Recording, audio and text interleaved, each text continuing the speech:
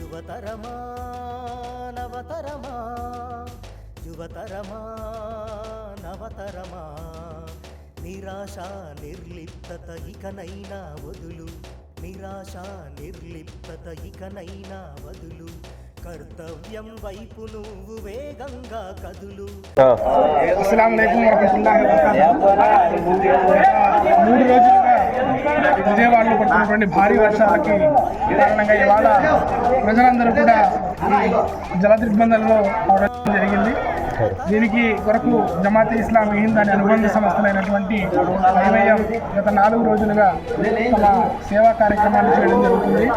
కనీసం ప్రభుత్వం బోట్లు కూడా ఏర్పాటు చేయకపోవడం వల్ల ఈ విధమైనటువంటి ఏర్పాటు చేసి ప్రజల్ని వారి యొక్క గమ్యస్థానానికి చేర్చడం జరుగుతుంది.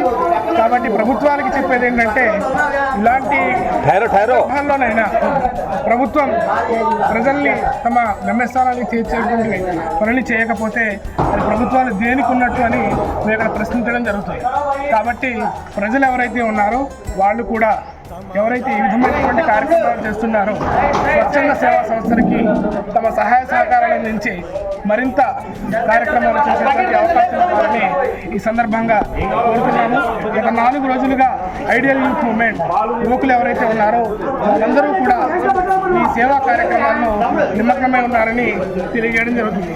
అనేక మందికి భోజనాలు అదేవిధంగా ఈ విధమైనటువంటి ఏర్పాటు చేసి ప్రజల్ని ఈ జల దిగ్బంధం నుంచి దూరం చేసి వాళ్ళ యొక్క గమ్యస్థానానికి చేర్చడం జరుగుతుంది.